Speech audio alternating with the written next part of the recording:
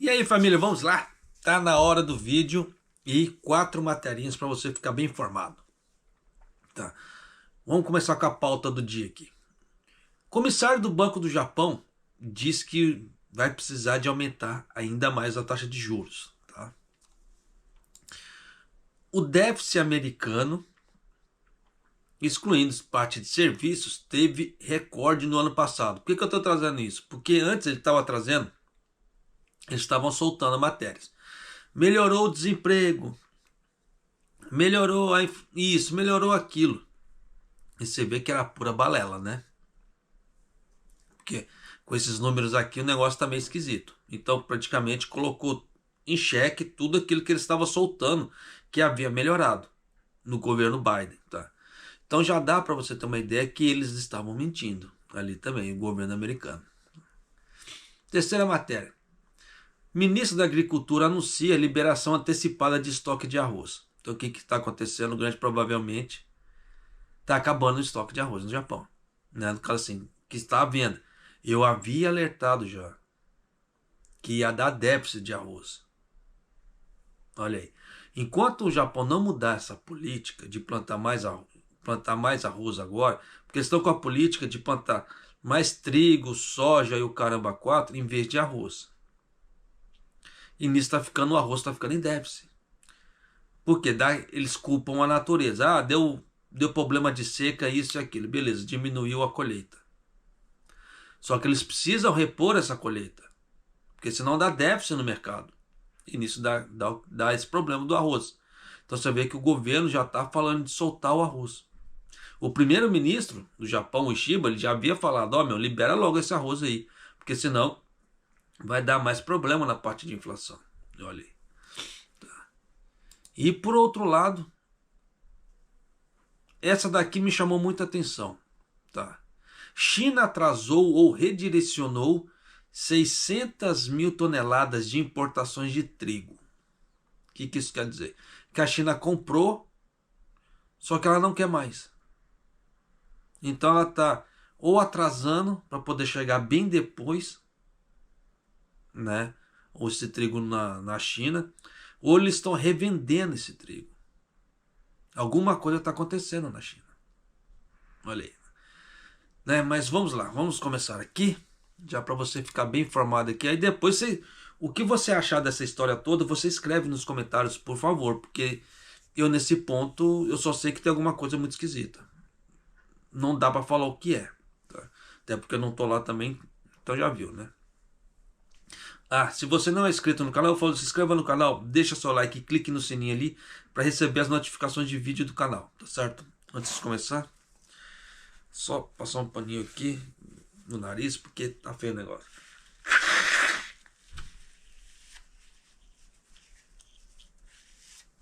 Ó, só para você ter uma ideia, 17 graus dentro de casa. Tá tenso. Tá frio. Mas vamos lá. Tamura Naoki, membro do Conselho de Administração do Banco do Japão, envolvido na decisão de política monetária, fez um discurso em Matsumoto, né, no estado de Nagano ali, dizendo que o risco de uma flutuação ascendente nos preços está crescendo. Não está crescendo, já está. Então se ele está falando que isso está tendo uma flutuação ascendente, o preço está crescendo ainda mais. E você sabe que já está crescendo. Já está há 3 anos crescendo sem parar. E se ele está falando que está com risco de flutuação ascendente, então você pode ter certeza que vai ter muito mais inflação ainda. Por isso que eu gosto de trazer esse tipo de matéria para você. Por quê? Para você que mora aqui no Japão, já para ficar muito bem antenado do que está acontecendo. E sem firula. Porque você vê que se o próprio BOJ, o próprio Banco do Japão está falando, não desacredita. Continuando aqui. Que a flutuação ascendente dos preços está crescendo e que será necessário aumentar as taxas de juros de curto prazo para pelo menos cerca de 1% no segundo semestre, indicando sua opinião de que as taxas de juros devem ser aumentadas várias vezes no futuro. Como nós já estamos com 0,5%, então deve ter mais 2 altas de 25%, tá? Porque o Borges, aqui no Japão, nesse ponto, ele é meio pragmático. Ele não vai fazer uma pancada igual no Brasil. Né? Que você vê que na última reunião subiu a Selic em 1 ponto. Não, aqui no Japão você vê questão de 0,25, 0,25, 0,25 e assim vai. A chance de subir 50, 0,50 é muito mínima. Tá?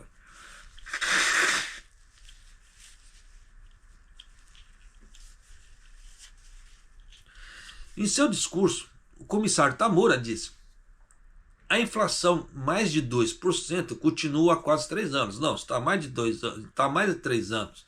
Quem acompanha o canal que deve se lembrar que eu sempre venho relatando esse tipo de coisa. Estou preocupado com um grande aumento no preço do arroz. Aquilo que eu já vi também, você vê que é anunciado aqui no canal. É importante que o povo japonês possa ter um impacto negativo no consumo pessoal. Importante para o povo japonês. Vai ter um impacto negativo no consumo, com certeza. Quanto mais caro, menos poder aquisitivo, menos compras. Então, menos as pessoas vão comprar, menos impostos para o governo, menos as pessoas vão comer, mais insatisfação vai gerar e mais perda de popularidade do governo. Então, você vê que é uma espiral esse tipo de coisa. Né? Uma coisa leva a outra, é o próprio karma ali, né? Mas continuando. Ele continuou ressaltando que o risco de uma flutuação ascendente nos preços está crescendo, levando à consideração do aumento dos custos de mão de obra devido à escassez de mão de obra e a tendência de repassar os aumentos dos custos de preços. Você vê que eles falam de mão de obra, mas você viu que no vídeo passado, quem não assistiu, eu sugiro que dê uma assistida ali, os temporários eles ganham 33% a menos do que um efetivo de. Isso aí como é que se fala? Incentiva a pessoa? Não, não incentiva. Então ele vai procurar locais que pagam muito melhor. E aquelas empresas que não estão dispostas a pagar muito, fica à deriva. Fica na deriva, o que acontece? Se lasca. Fica sem mão de obra. Aí fala, está com escassez de mão de obra. Não. Não está com escassez de mão de obra no Japão. Está faltando bons pagadores. Simples assim. Tanto que está tendo uma corrida, tá, para segurar, como é que fala assim, recursos humanos. Então determinadas empresas elas estão aumentando os valores acima do normal para tentar reter esse povo. Um grande problema é aquilo que eu falei também que estava acontecendo lá em Kumamoto, na TSMC, naquela fábrica grande que eles construíram lá. Um dos grandes problemas é isso, retenção de mão de obra especializada lá. Mas continuando. Então ele declarou: aumentar as taxas de juros de curto prazo para pelo menos 1% no segundo semestre do ano fiscal de 2025 será necessário para conter o risco da alta da inflação e atingir a meta de estabilidade de preços de maneira sustentável e estável. Não, não vai. Não vai porque aumentando a taxa de juros vai diminuir muito. Está dependendo de financiamentos. E diminuindo o financiamento, você sabe que a construção civil no Japão vai para o brejo. E indo para o brejo, você sabe, né, aumentando ainda mais o número de desempregados no Japão. Né? Porque há 2 anos atrás houve um problema na construção civil. Diminuiu-se muito, como é que fala assim, o número de casas que estavam, como é que fala assim, sendo construídas por causa desse tipo de problema, de juros e etc. E nisso o que aconteceu? Uma onda de desempregados na construção civil aumentou de uma forma assim exponencial no Japão. O troço foi tenso pra caramba. Quem acompanha o canal deve se lembrar. Por isso que eu falo pra você, se você não é inscrito no canal, se inscreva no canal. Clica no like ali e clica no sininho para você receber as notificações de vídeo quando acontece aqui no canal. Porque aqui você vai ficar muito bem informado e sem frescura. Por isso que tem às vezes as pessoas tentando ironizar. Né? Igual ontem. Eu gravei o vídeo de ontem e o cara falou assim: você sabe então como melhorar o Japão. Não é que eu sei como melhorar o Japão. Existe uma cartilha mínima de bom senso. É fato. Existem políticas de bom senso ali. E existem fatores, como é que fala assim, que mostram sinais no mercado. Por isso que eu falo para as pessoas acompanhar a geopolítica. Acompanhando a geopolítica, dá para você ter uma ideia de como está o seu país e o país do lado ali. Porque se o seu país depende muito das exportações, se o país do lado, o amiguinho do lado ali tiver em uma situação ruim, ele não vai comprar de você. E ele não comprando de você, você não vai crescer. Por isso que é importante, como é que se fala? Todo mundo crescer junto. Não é eu só crescer, você vai ficar para trás. Porque se você ficar para trás e eu só crescer, dependendo, vai chegar uma hora que eu não vou conseguir crescer mais. E como eu dependo da sua ajuda e o amiguinho do lado está quebrado, eu não vou crescer. Então eu vou continuar quebrado, o amiguinho do lado vai continuar quebrado e vai continuar quebradeira só. Então isso é inteligente? Não. É uma maneira bem burra. Né? Mas... Por isso que eu falo que tem pessoas, como é que eu falo assim, que quando nasceu...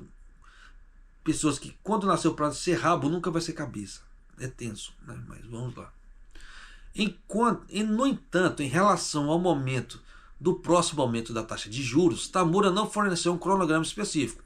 Até porque ele não pode fazer isso. Tá? Depende do que? Do EDA. Enquanto o EDA não tiver a autorização do Ishiba, ele também não pode fazer nada. Então você já sabe que... Gostaríamos de tomar uma decisão apropriada depois de verificar a reação da economia e dos preços. Falando na coletiva de imprensa após o discurso, Tamura disse sobre as perspectivas para os preços domésticos. Presta bem atenção. Sinto que os riscos de altas estão aumentando gradualmente. As razões para isso incluem a situação em que as empresas estão repassando os aumentos de preços, aumento nos custos de mão de obra devido à escassez e o comportamento agressivo dos preços das empresas nesse contexto. Além disso, quando perguntado se estaria considerando acelerar o ritmo de aumento da taxa de juros se o risco de inflação aumentar ainda mais, ele disse: não temos nenhuma ideia pré-concebida sobre o ritmo do aumento. Depende do EDA e depende do Ishiba. Como uma vez a cada 6 meses. Basicamente, acho que isso depende da economia, dos preços e da situação financeira. Então, resumindo, ele disse: em cada reunião de tomada de decisão, olhamos para vários dados e informações de audiências que estão disponíveis no momento e atualizamos nossas perspectivas econômicas e de preços, riscos e probabilidades de que as perspectivas se concretizem. Então, tomamos as decisões políticas apropriadas. Dependendo dos dados, é possível que tomemos decisões mais cedo ou mais tarde. Resumindo aqui do que ele falou, primeiro aqui a parte de cima, dos riscos da parte da empresa. Aquela velha história. Se uma empresa pequena, ela aumenta o preço dela em relação à competitividade, a grande leva vantagem, porque a grande compra em grande quantidade, consegue pleitear descontos maiores e ela consegue dar um desconto maior. A pequena não consegue dar um desconto maior. Então o preço dela vai ficar muito maior em relação à empresa grande. Então eles vão comprar da empresa pequena? Não. Por isso que a empresa pequena, ela reluta muito em repassar os preços. Mas se ela não repassar os preços, ela quebra. E se ela repassar os preços, dependendo da forma que for, ela quebra também. Então já dá para você ter uma ideia que a coisa está muito complicada. Aí eles jogam o problema da questão da mão de obra. Por quê? Se a empresa ela aumenta o salário para trazer funcionários para ela vai ter uma carga trabalhista ali, tributária, muito alta. Então ela não pode fazer isso. Em contrapartida, se ela dá aumento o valor salarial dela, as pessoas não vão querer trabalhar para ela, porque vai querer trabalhar para o amiguinho do lado que paga mais. E aí como é que fica?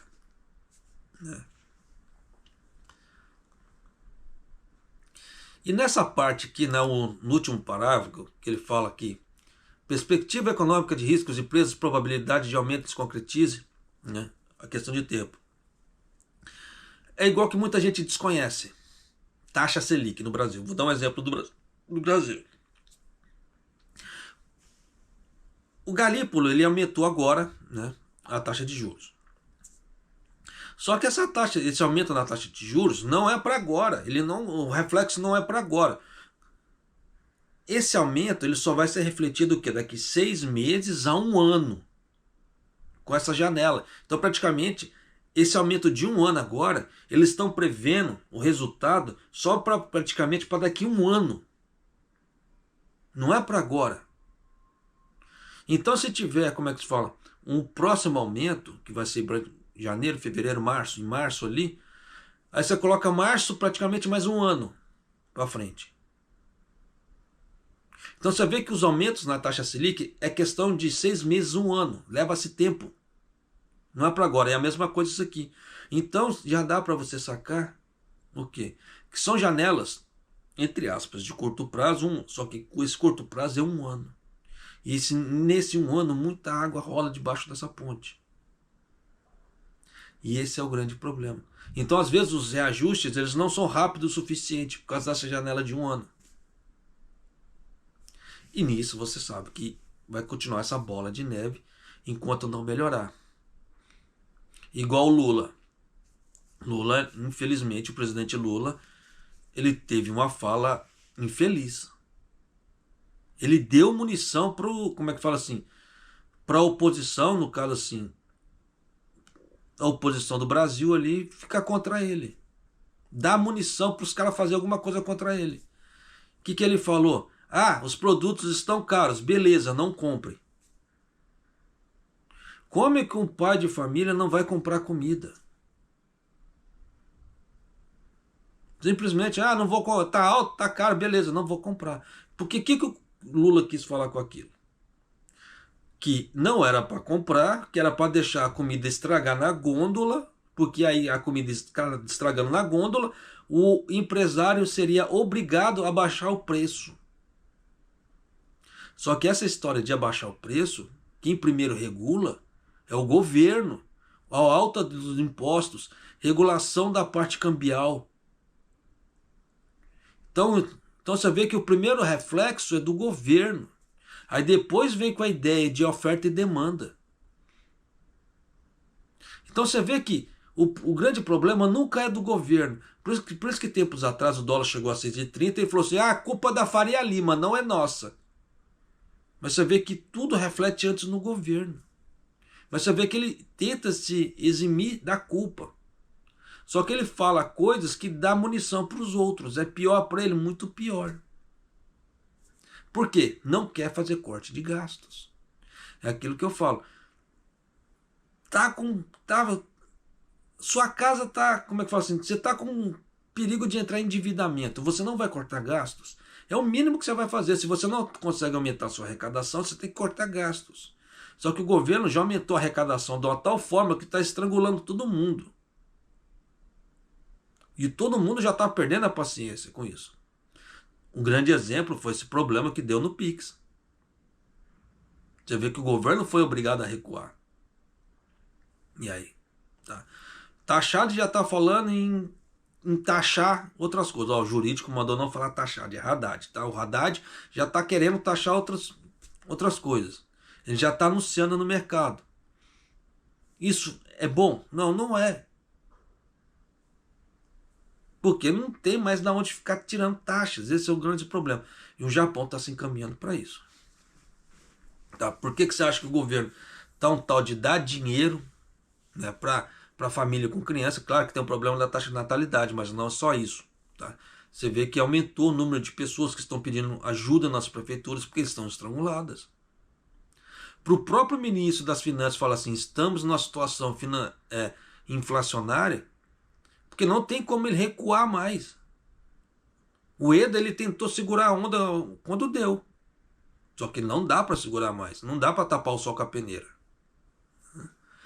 Mas vamos pular aqui para a próxima matéria. Você vai ver que isso reflete no bolso do japonês aqui. Também reflete de quem trabalha aqui no Japão. Olha só.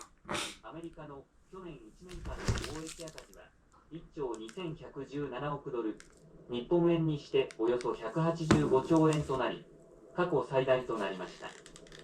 国や地域別では、貿易赤字が最も多くなったのは中国で、EU、ヨーロッパ連合やメキシコなどが続く形となっています。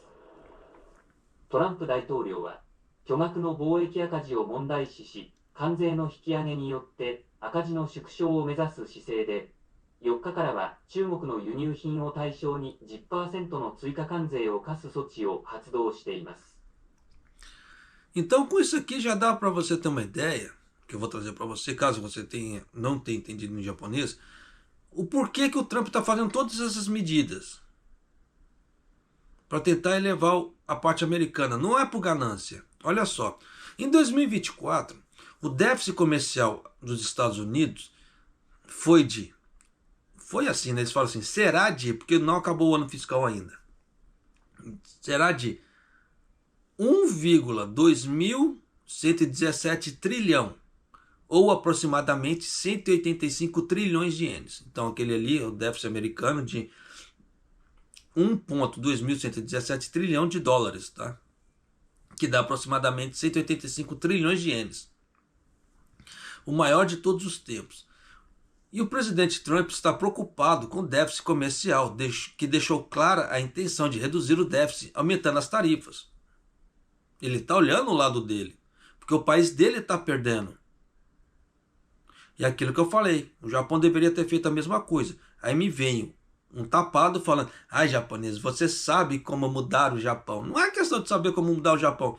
Existem coisas que estão claras. Se o cara está acompanhando a parte econômica, ele está vendo que a parte econômica tá ruim, ele tem que fazer alguma coisa para mudar. Se não mudar, só vai piorar.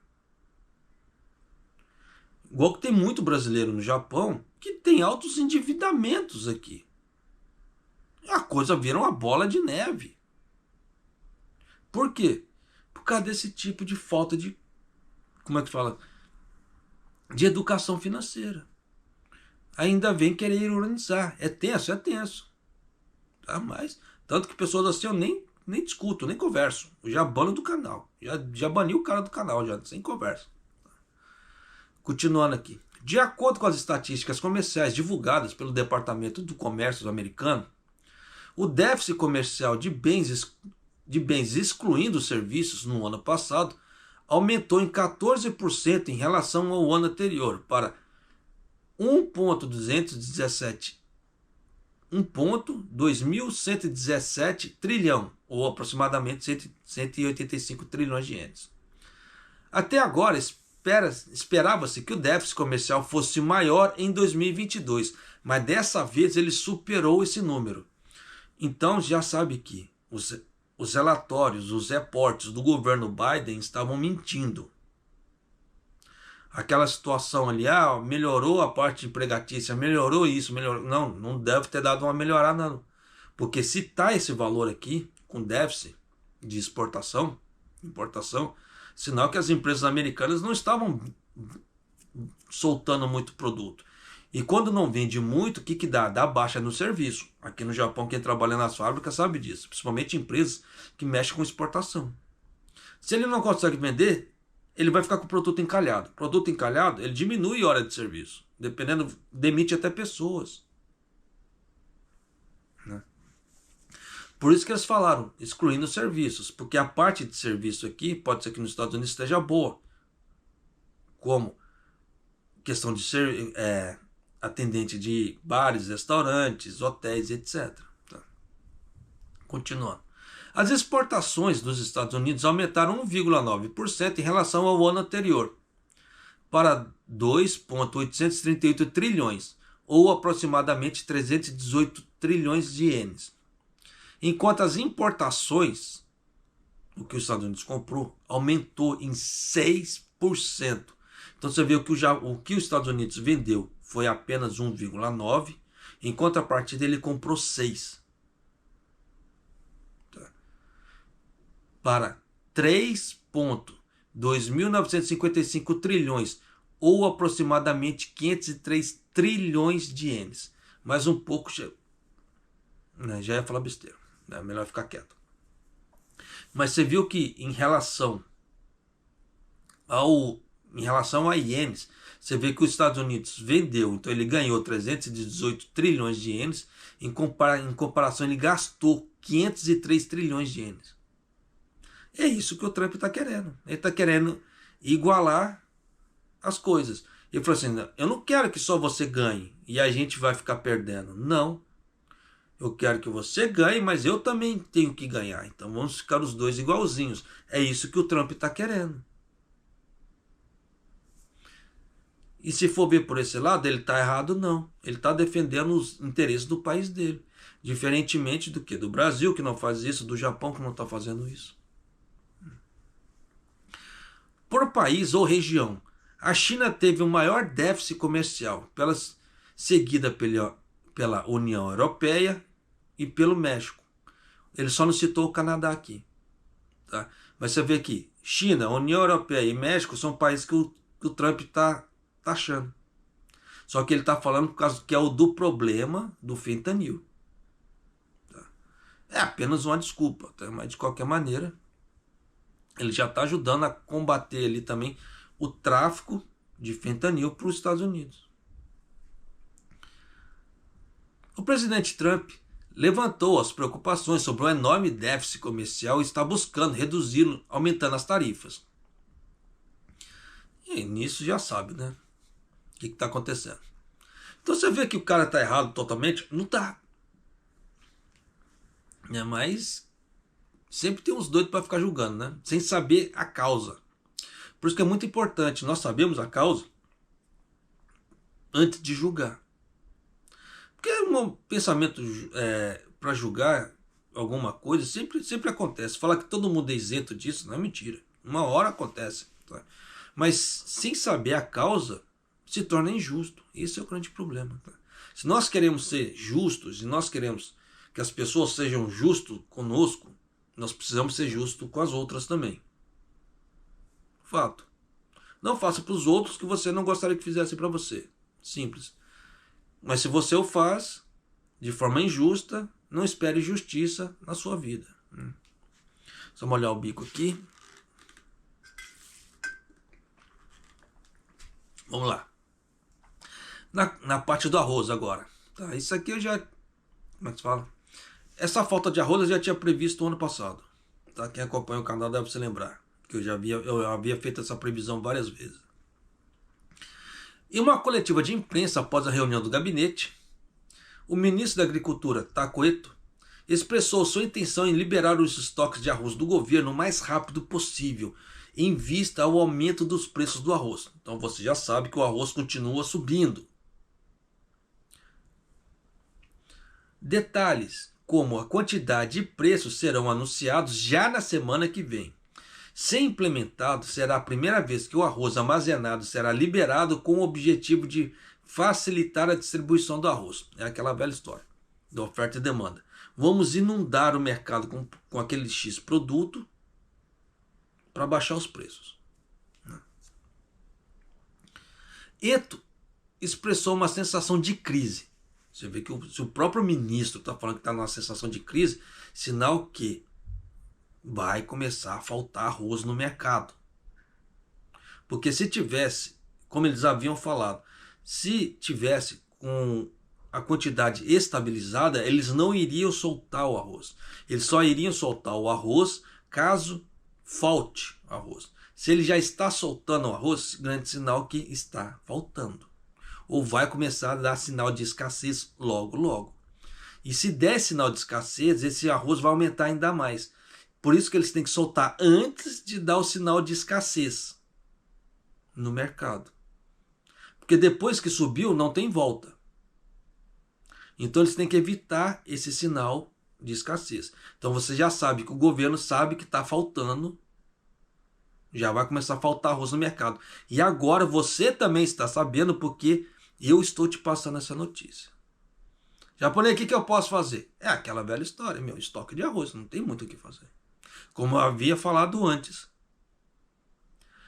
No caso, quando eu falei da previsão de falta de estoque de arroz no Japão, que iria subir o preço, quem comprou arroz naquela época absorveu os aumentos do arroz até um certo tanto. Depois que tiver que comprar um novo, aí não tem como absorver mais.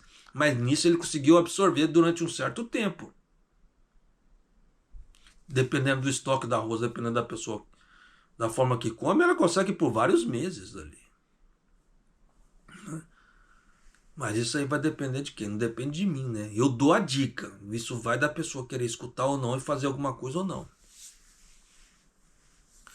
Eto expressou a sensação de crise dizendo: se os preços subirem ainda mais, os consumidores deixarão de escolher o arroz completamente. Isso é óbvio, né? Dependendo da situação.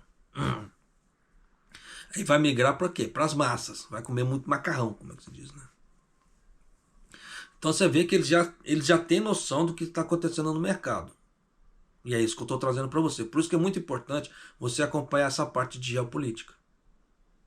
Porque quanto mais geopolítica você saber, mais, como é que fala assim, investimentos assertivos você vai fazer e mais você vai proteger do seu dinheiro. Então se você sabe que está com risco de faltar arroz, então se você investir em commodities, pode ser que você ganhe muita grana no Japão, por causa desse tipo de risco. Porque não existe certeza que o governo vai conseguir conter essa alta. Porque o governo ele deixa para agir geralmente na última hora. Pelo menos os últimos 2 governos japoneses, eles só agem na última hora. Só que na última hora é tarde, já aconteceu. Esse é o grande problema. Tá? Então, continuando aqui. Uma vez tomada a decisão de liberar o arroz estocado, ele será vendido para as empresas de coleta, como a Federação Nacional de Associações de Cooperativas Agrícolas, a JA. Por isso que eu falo para as pessoas, quer comprar produtos, como é que se fala assim, de temporada, tá? Um pouco mais baratos, vai na JA, vai nas cooperativas da JA. Toda cidade costuma ter uma. Tem lojas bonitas, tem cidades que tem lojas bonitas, tem cidades que tem lojas muito feias. Por quê? Igual, por exemplo, a loja de Nagoya é totalmente feia, porque não tem agricultura ali. Então, os poucos agricultores que tem ali, pelo menos a última vez que eu fui, pode ser, já tem alguns anos, tá? Se aumentou o número de agricultores ali, dependendo da loja, pode ter dado uma renovada, mas a última vez que eu fui, era totalmente feia a loja que tinha ali, tá? Nem compensava aí. Tinha mais produto fertilizante vendendo do que os vegetais, hortaliças e etc. Aqui onde eu moro, não. Aqui tem muita hortaliça, tem muita fruta. Em época de sazonalidade, eles vendem frutas aqui muito barato. Só para você ter uma ideia, eles pegam de tempos em tempos aqui, o que eles costumavam fazer. Esse ano eles não fizeram ainda, tá? Porque eu pelo menos se fez eu perdi. Eles pegam um saco, tá? Um saco mais ou menos assim dessa altura, assim dessa largura, e eles falam: o quanto você conseguir encher, você leva. Portanto, então às vezes é Gorriacoen. A última vez que eu fui estava 600 ienes, tá? Então você enche o saco ali, dá para eles ainda enchem. Além daquilo que você pegou, eles colocam mais um pouco dentro. Então compensa pra caramba. Se você levar em conta que 600 ienes, dependendo ali, no supermercado você vai comprar 3, 4 mexeriquinhas só, dependendo, 4, 5. Ali você enche o saco, tá? Caixa de pêssego. Da última vez que eu comprei, em tempo de sazonalidade, é uma caixa fechada, 1.000 ienes. Você sabe que se você vai comprar um pêssego aqui no Japão, dependendo da situação, um pêssego é Gorriacoen, é 500 ienes. E eu conseguia comprar a caixa fechada, com 6, 7 pêssegos ali. Olha a diferença de preço. Então, dependendo da forma que você consegue comer bem no Japão, mas você tem que pesquisar, você tem que procurar. Você não pode comprar tudo num local só. Só que o problema da minha dica, o que é? Só serve para quem tem carro. Quem não tem carro não consegue fazer esse tipo de dica. Então me desculpe, mas esse tipo de dica não é para todo mundo. Ou você pega o amiguinho do lado ali, ou um parente que tem carro, e rode. Rode para você procurar. Onde tem coisas baratas. Porque dependendo do local ainda encontra, tem tempo de sazonalidade ainda encontra. Tá? Mas, como é que se diz? Precisa ter essa disposição. Não, agora eu vou rodar com o carro para procurar. Porque tem muita gente que não tem essa disposição, tem preguiça, etc. Continuando aqui. O aumento da oferta pode levar os preços de varejos mais baixos. É aquilo que eu falei, oferta e demanda. Vamos inundar o mercado com arroz ali, porque vai ter muito arroz para pouca venda, e nisso despenca. Só que dependendo, pode dar um rebote nisso, porque eles vão inundar, o preço do arroz vai cair, muita gente vai comprar para estocar. Eu sou um desse. Não nego, vou comprar para estocar. E nisso que comprar para estocar vai diminuir esses, como é que se fala assim? Essa quantidade e o preço vai voltar a subir. porque vai dar falta. E nisso o governo vai ser obrigado a soltar mais estoques. E nisso vai diminuir o estoque do governo. Aí na próxima safra, se o governo não comprar, vai ter estoques menores. E nisso vai virar essa bola de neve, enquanto o governo do Japão não mudar a política agrícola em relação ao plantio de arroz. Tá? Então já fica a dica aí, se você quiser absorver, no caso assim, esses aumentos do arroz, porque tá tenso. Vamos lá, continuando aqui. Então, por outro lado, para evitar um excedente de arroz que faça os preços despencarem, a condição será que a mesma quantidade que seja a mesma quantidade de recomprada dentro de um ano. Então eles vão comprar um tanto, vão passar um tanto. Só que nisso não vai suprir, dependendo da situação. No final de janeiro, o Ministério da Agricultura, Florestas e Pesca mudou sua política para permitir a liberação mesmo em casos em que a distribuição tranquila é prejudicada. O que é isso? Falta de arroz. Tá? Porque está sendo uma distribuição tranquila, não está tendo guerra nem nada, mas está sendo prejudicado, porque está faltando, vai começar a dar problema. Além dos problemas que eu falo assim, deu um terremoto, estragou um monte de coisa. Aí muita gente precisa sair correndo para poder comprar isso aí. Porque às vezes estragou arroz, estragou o fogão, estragou isso, não consegue comprar, né? Ou utilizar. Inundações. Da inundação ali estraga o arroz. Puf. E aí uma série de outras coisas. Além de padrões anteriores que limitavam as liberações em casos de quebras severas de safra. É aquela velha história.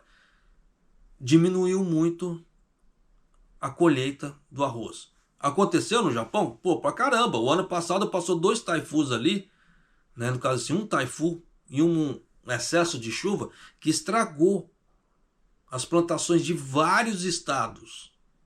Não foram cidades, foram estados. Pelo menos 3 estados tiveram a colheita prejudicada. E nisso faz diferença? Pô, pra caramba. São 3 estados. Não são 3 cidades. Só que o governo relatou esse tipo de coisa? Não. Como é que eu sei isso? Porque as mídias soltaram. As televisões iam soltando. E eles mostravam imagens assim, como é que fala assim? Das plantações de arroz todas destruídas. Ia dar para salvar alguma coisa? Uma coisa ou outra só. Muito pouco. E aí? Então tem certas coisas que o governo não relata, mas ele sabe o que está acontecendo. E esse tipo de coisa dá problema, pô, pra caramba. E é isso que eu venho antecipando esse tipo de informação para você pensar em fazer alguma coisa. Por que eu falo pensar? Porque tem gente que para pensar e não faz. Né? Só que nisso que não faz, depois tem que pagar o pato de pagar mais caro. Embora a produção de arroz da safra de 2024 tenha aumentado em cerca de 180 mil toneladas em comparação com o ano anterior, porque no ano anterior foi o que começou a gerar esse problema que deu em 2024. A quantidade coletada pela JA e outras organizações, escuta bem essa informação aqui. Embora a produção de arroz da safra de 2024 tenha aumentado em cerca de 180 mil toneladas em comparação ao ano anterior, quando deu o problema como é que fala assim, do calor severo que eles falaram que estragou o arroz, a quantidade coletada pela JA e outras organizações caiu em cerca de 210 mil toneladas até o final de dezembro. Você conseguiu entender a diferença? Eles falam que aumentou 180, mas eles, como é que fala assim? Mas diminuiu a quantidade em 210.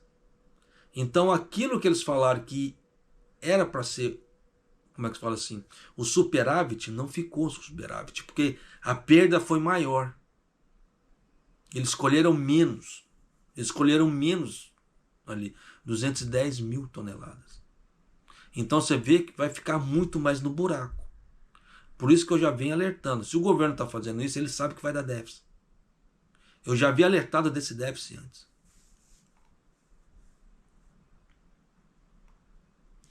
Acabou a matéria aqui. Então já dá para você ter uma ideia que vai dar falta de arroz? Vai. Então se você não fizer nada para você garantir esse arroz a esse preço agora, você tem duas opções.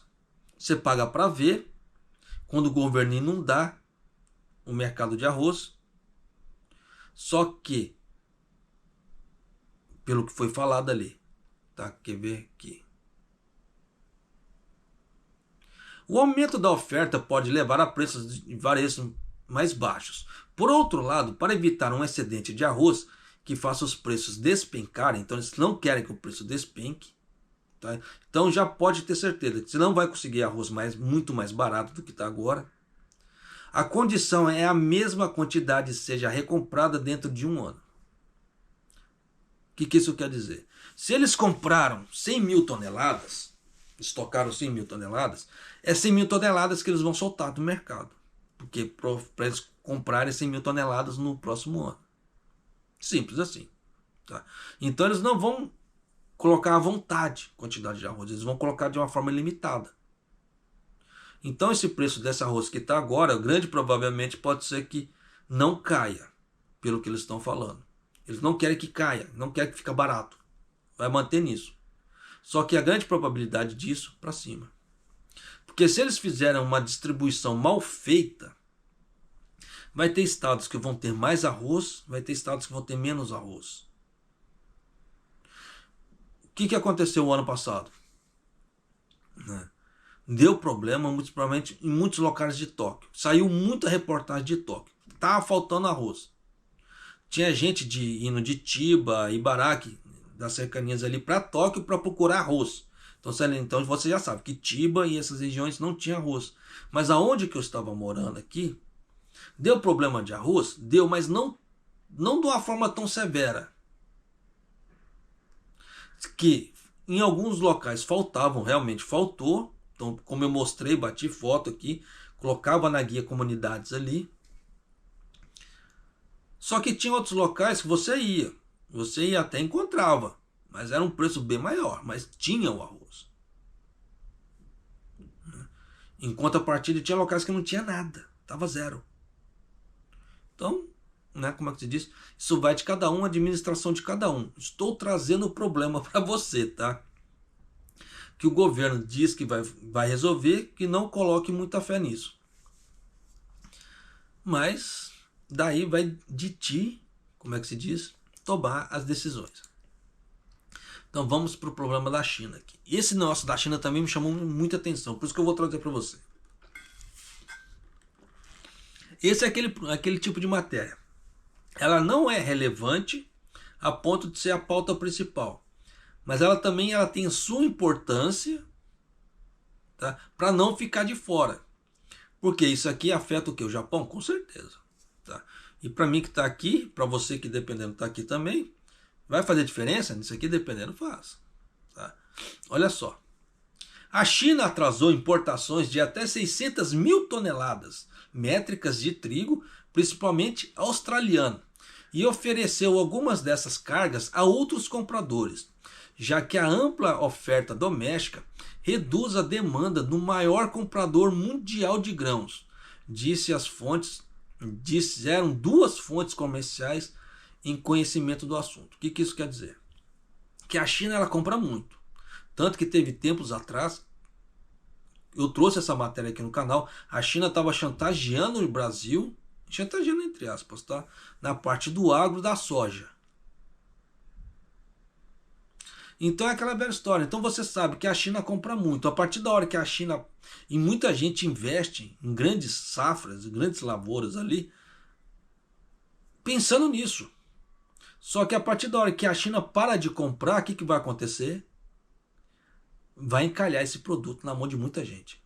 Aí nisso, o mercado principal ali, no caso o mercado daquele local ali, pode ser que os preços caiam, porque vai sobrar mais produto. Só que o produtor que ganha com exportação, no caso dólar, etc., não vai ganhar nesse patamar. Então ele vai ficar insatisfeito, com isso. Mas já dá para você saber que se a China está diminuindo compra, alguma coisa não está legal para lá. Tá. Por quê? Olha só esses dados. A China foi responsável por 6% das importações globais de trigo até junho de 2024, com os dados do Departamento da Agricultura dos Estados Unidos. Olha só, você vê que só a China 6%, é muita coisa.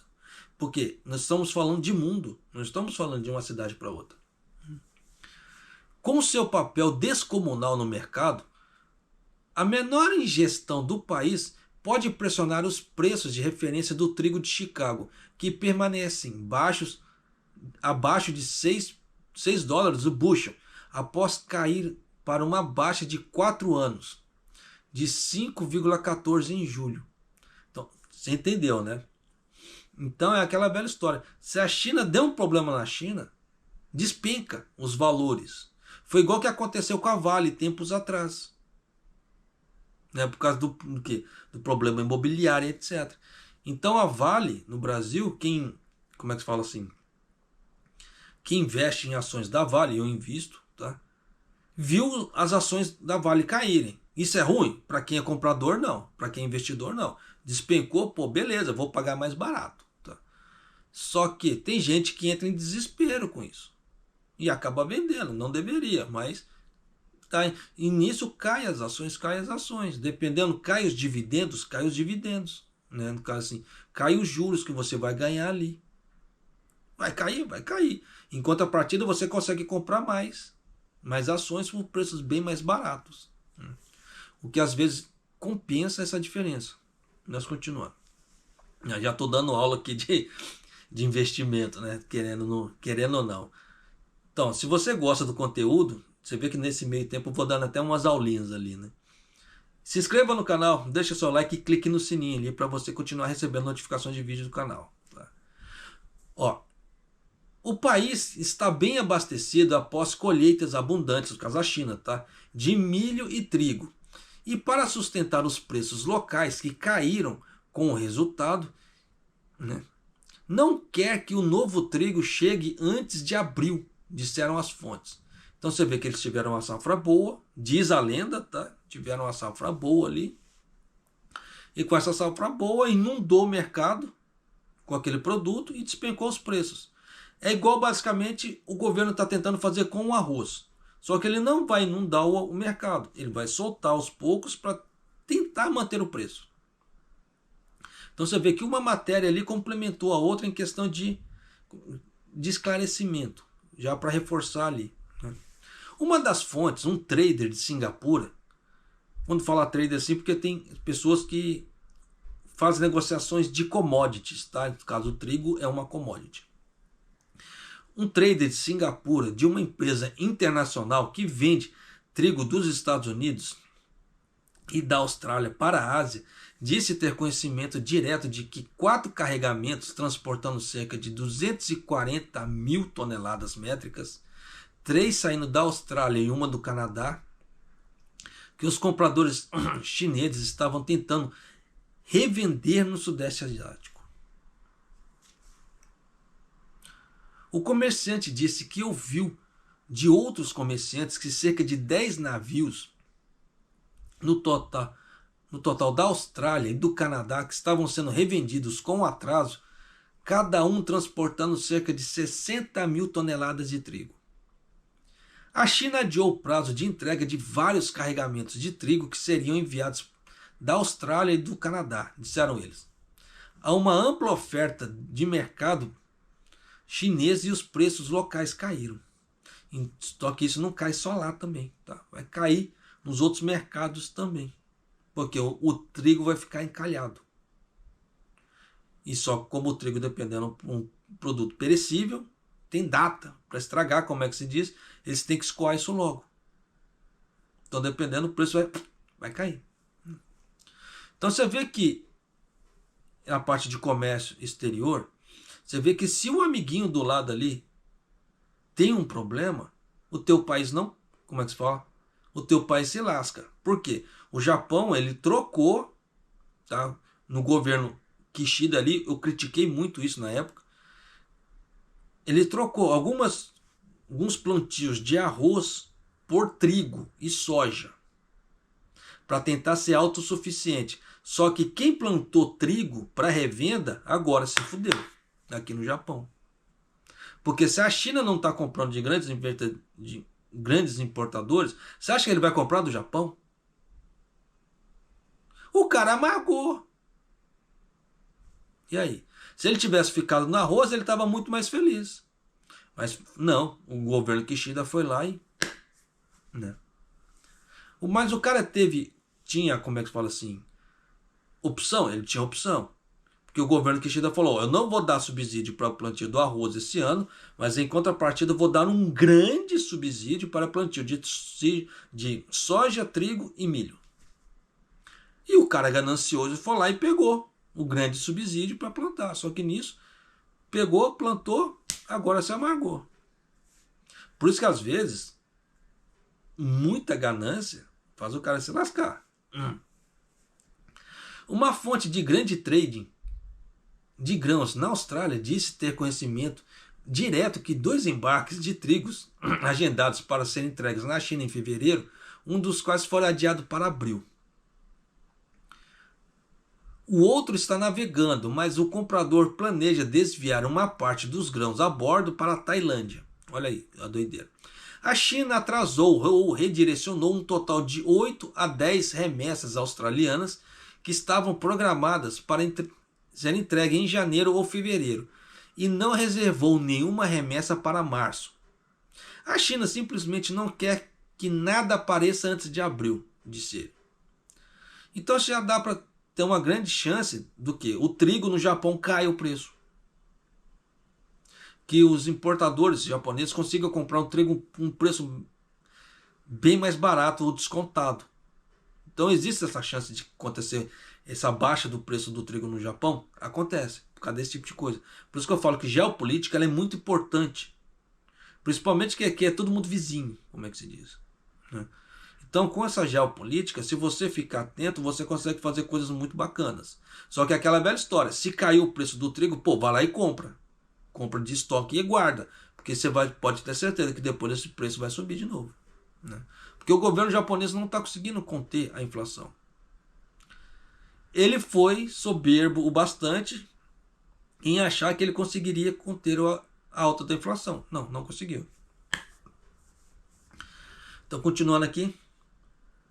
No início do ano passado, importadores chineses de trigo cancelaram ou adiaram cerca de 1 milhão de toneladas métricas de carregamento de trigo australiano, já que os crescentes estoques mundiais reduziram o preço. Estamos falando do mundo inteiro agora, reduziram os preços. Olha aí. Ainda assim, nos primeiros 3 meses de 2024, a China importou 1,7 milhão de toneladas de trigo da Austrália, abaixo dos 2,5 milhões de toneladas do mesmo período do ano anterior, e 923 mil toneladas do Canadá, acima das 783 mil toneladas do ano anterior. E aí tem aquele problema de preço, né? Um lugar está mais barato, um lugar está mais caro, aí dá essa jogada, né? De acordo com os dados comerciais chineses acessados usando o Trade Data Monitor, a Austrália começa cada ano com o trigo recém-colhido e tem sido o principal fornecedor da China no primeiro trimestre dos últimos anos. A COFCO, estatal chinesa que importa a maioria das cargas atrasadas ou redirecionadas, está pagando os custos de atraso das remessas, incluindo as taxas para reter os grãos, e assumirá qualquer ganho ou perda com a revenda dos grãos, disseram a fonte australiana. Claro que se ela não assumir o prejuízo, caso perda, simplesmente o fornecedor pode falar, não quero vender mais para você. Então, para não perder essa exclusividade, eles estão assumindo todos os ônus. Escute bem, não são bônus, ônus, tá? Ônus são todas as perdas. A China quer proteger seus fazendeiros. Depois de uma boa safra de milho, eles têm milho mais do que o suficiente para a ração. Então, de repente, o trigo que estava importando para ração e farinha foi reduzido apenas para farinha, disse o comerciante da Austrália. O armazenamento estatal da Sinograin disse na segunda-feira que planeja adicionar novos locais de armazenagem no nordeste da China. Então eles vão construir novos silos ali, né? Para expandir as compras de milho nacional colhidos em 2024. Então já dá para você ter uma ideia que teve um excesso ali. Dependendo, foi só excesso, dependendo tem coisa bem a mais. Mas de qualquer maneira, já sabe que tem alguma coisa muito estranha acontecendo na China, ali, e que esse bloqueio de compra afeta o resto do mundo. Então você vê que se o amiguinho chinês não cresce, o resto do mundo começa a ficar empatado, porque eles dependem da economia chinesa para comprar, para crescer. O Japão está incluído nisso. Tá? Não tem como negar. Então você já sabe que grande provavelmente pode ser que aconteça do preço do trigo no Japão cair. Tá? Isso nós temos que aguardar um pouco para ver o que os traders japoneses vão fazer. Se eles não fizerem nada, aí o preço continua o mesmo. Mas se eles fizerem alguma coisa, pode ser que caia o preço do trigo no Japão. Mas dá para pagar para ver? Não. Tá? Como é que fala assim? Vai tocar na vida normal aí e faça a pesquisa. Que pode ser que você consiga ver diferença. Viu diferença? Aí você estoque. Tá? Caso você tenha necessidade de usar muito trigo. Tá? Mas de qualquer maneira, essa daqui estão... Conseguimos colocar as 4 matérias. Já deu para você ter ideia que tem muita coisa estranha no mercado. Que se você não tomar conta de você, tu vai ser engolido. Tá? Literalmente. Tá? Na parte financeira ali. E ser engolido nessa parte, o que é? Geração de endividamento. Quanto mais endividamento você tiver, você já sabe, né? A bola de neve que vai ficando. Isso é horrível para todo mundo. Tá? Isso não é bom, por isso que eu já venho trazendo aqui as notícias para você tomar suas decisões, para você não ser pego de surpresa. Tá certo? E se você não é inscrito no canal, se inscreva no canal, deixa seu like e clique no sininho para receber as notificações de vídeo que acontece aqui no canal. Tá? E eu vou ficando por aqui. Maido!